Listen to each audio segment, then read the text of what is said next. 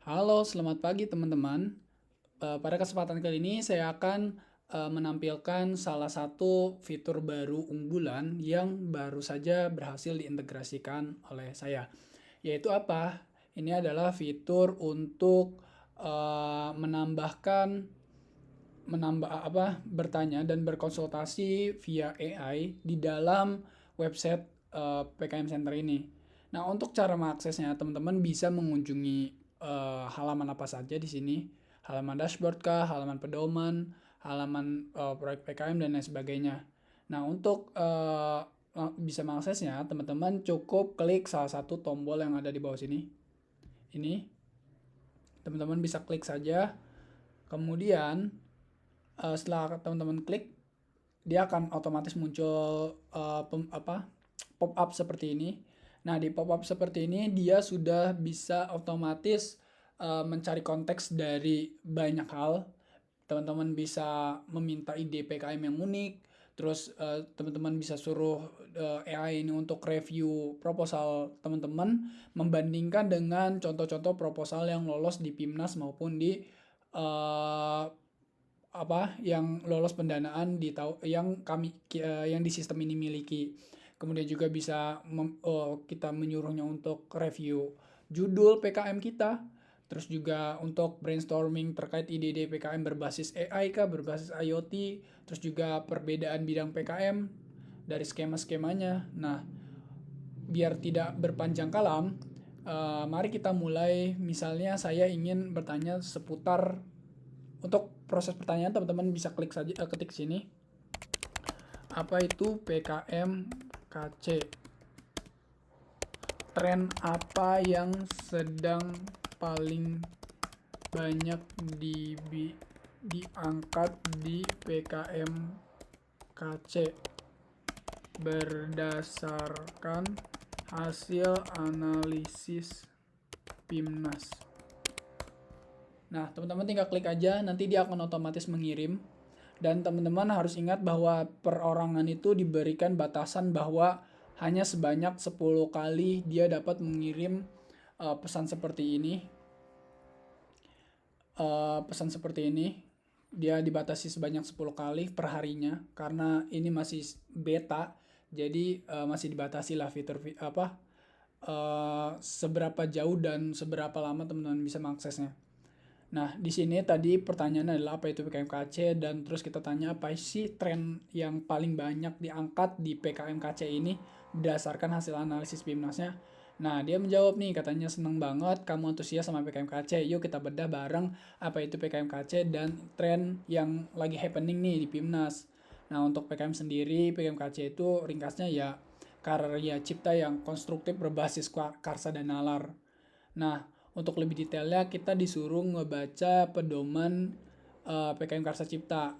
Nah, kalau teman-teman mau membuktikan, ini tuh ketika diklik dia akan otomatis mengarahkan teman-teman ke halaman ini, ke halaman pedoman PKM Karsa Cipta. Nah, ini yang di sebelah kiri, teman-teman bisa lihat sendiri, dia otomatis mengarahkan karena sistem AI ini sudah bisa otomatis mengelompokkan dan juga membaca konteks apa saja sih yang ada dan disajikan, dan juga teman-teman berikan clue-nya gitu.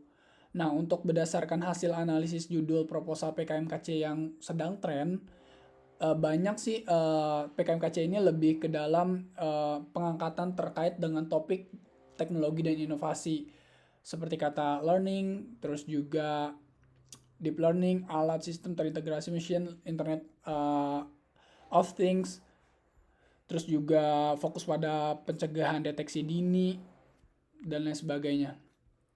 Nah, untuk membuktikan ini benar atau tidak, teman-teman bisa klik sini ke analisis PIMNAS. Dan di sini ada banyak sekali ya judul-judul yang di sini sebenarnya judulnya tuh di judul sini. Ini ada beberapa judul yang bisa teman-teman pilih.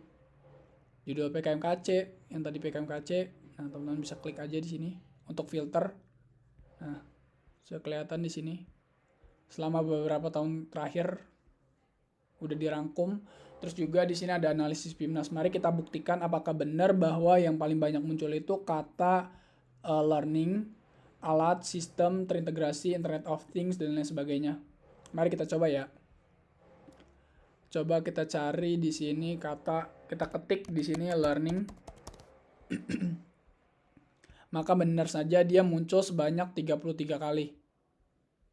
Nah, benar bahwa PKMKC di sini kata learning sini paling banyak muncul di PKMKC sebanyak 21 kali, di PKMPM 5 kali, dan di PKMK itu sebanyak 3 kali. Artinya proporsi dari PKMKC dari semua PKM yang muncul untuk kata kunci learning itu mendominasi sekali, yaitu sebesar 64%.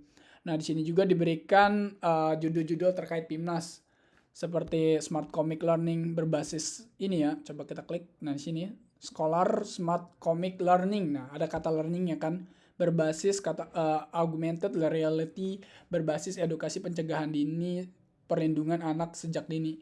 Nah, misalkan kita mau cari ini, kita lanjut lagi, kita bisa lihat juga dan lain sebagainya.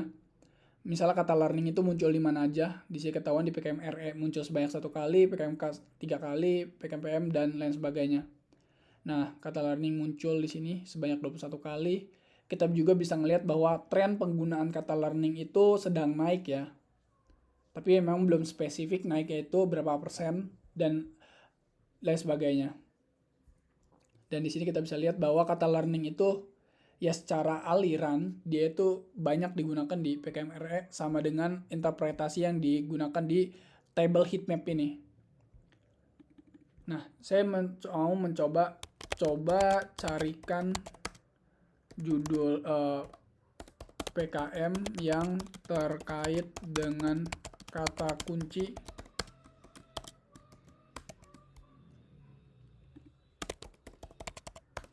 Nah, misalnya seperti ini. Kita tunggu. Dia akan otomatis melakukan rekomendasian bahwa kita bisa buktikan ya bahwa di sini kita dikasih tahu beberapa kata kunci yang dia berikan. Misal di sini inovasi pembelajaran aksara Jawa. Kita buktikan apakah benar-benar ada gitu. Nah, ternyata ada teman-teman. Ini di PKM PM dari Universitas Gadjah Mada. Mari kita buka dan kita buktikan apakah benar. Maaf ini agak reload. Jadi ya sistemnya masih beta, jadi ya mohon dimaklumi.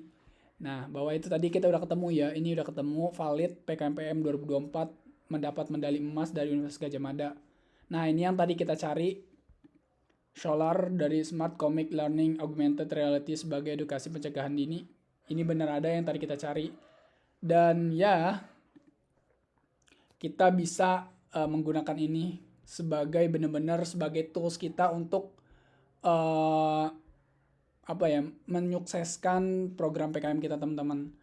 Nah, cukup sekian dari saya. Jika ada yang mau ditanyakan, silahkan ketik di kolom komentar ya teman-teman. Sekian, terima kasih.